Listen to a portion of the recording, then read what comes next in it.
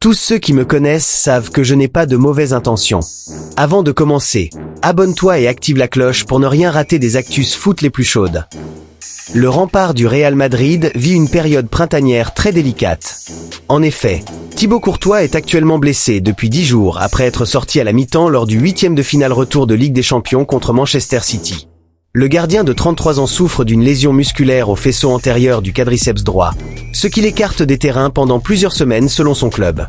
Sa blessure, difficile à gérer en interne tant elle est importante, serait d'ailleurs en train de s'aggraver ces derniers jours. D'après ESPN, la présence de Courtois pour le match retour des quarts de finale de Ligue des Champions contre le Bayern Munich, prévu le 15 avril, semblerait inespérée.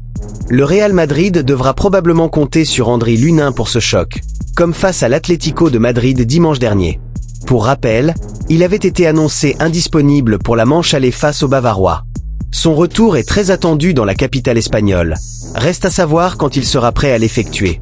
EDF, le doublé de Désiré Doué face à la Colombie après un contre-éclair.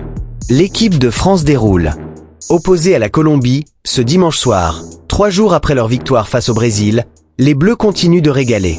Sérieux défensivement et réalistes offensivement, les coéquipiers de Kanté ont, un peu plus, enfoncé le clou au retour des vestiaires.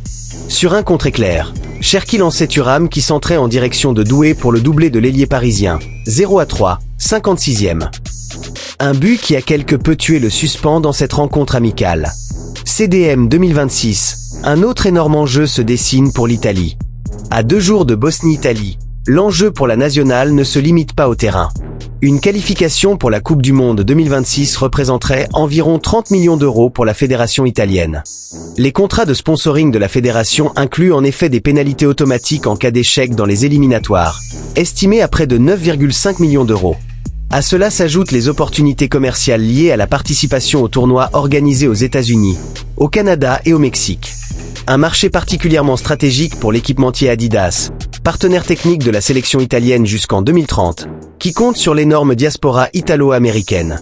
Avec la hausse potentielle des ventes de maillots, de nouveaux accords commerciaux et l'exposition internationale, la qualification pourrait générer près de 10 millions d'euros supplémentaires pour les caisses fédérales. Uruguay, Ronaldo Araujo sort du silence après son tacle fou sur Foden. L'énorme faute de Ronald Araujo sur Phil Foden n'est pas passée inaperçue vendredi soir. Lors de la rencontre amicale entre l'Angleterre et l'Uruguay, 1-1, l'Anglais tentait de prendre la profondeur, mais il a été coupé dans son élan par un gros tacle du défenseur catalan.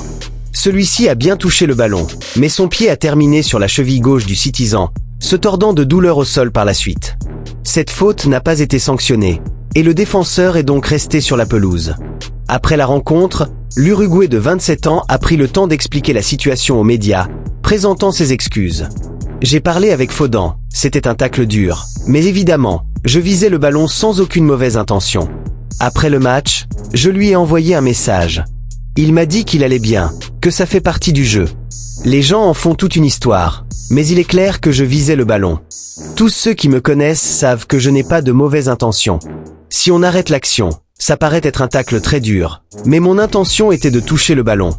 De plus, l'arbitre, avec la VAR, était là, donc je pense qu'il a jugé que je visais le ballon.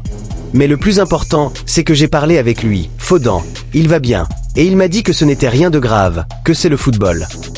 Espagne, le message fort de Santi Cazorla sur Lamine Yamal et Pedri.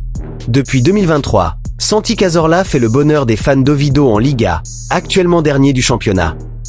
À 41 ans, il est l'actuel capitaine de la formation espagnole et est également l'un de ses plus grands symboles. Récemment interviewé par Mundo Deportivo, le milieu de terrain a évoqué ses souvenirs en sélection. Mais, ce n'est pas tout. Interrogé sur les pépites de la Rora, il a aussi pris le temps de mettre en avant les folles performances de 2 internationaux espagnols. Pedri, 23 ans, et Lamine Yamal, 18 ans, récemment convoqués par Luis de la Fuente. Ce sont 2 footballeurs incroyables pour lesquels j'ai de l'admiration. Je vous dirais même un peu plus pour Pedri, en raison du poste qu'il occupe, similaire au mien. Ce sont 2 footballeurs qui ont un grand avenir devant eux. Il faut les laisser tranquilles, surtout dans le cas de Lamine, car il est très jeune et il est déjà comparé à Messi et à des joueurs qui ont été stratosphériques. J'ai eu la chance de jouer contre eux à mon âge et c'est aussi un souvenir que je garderai.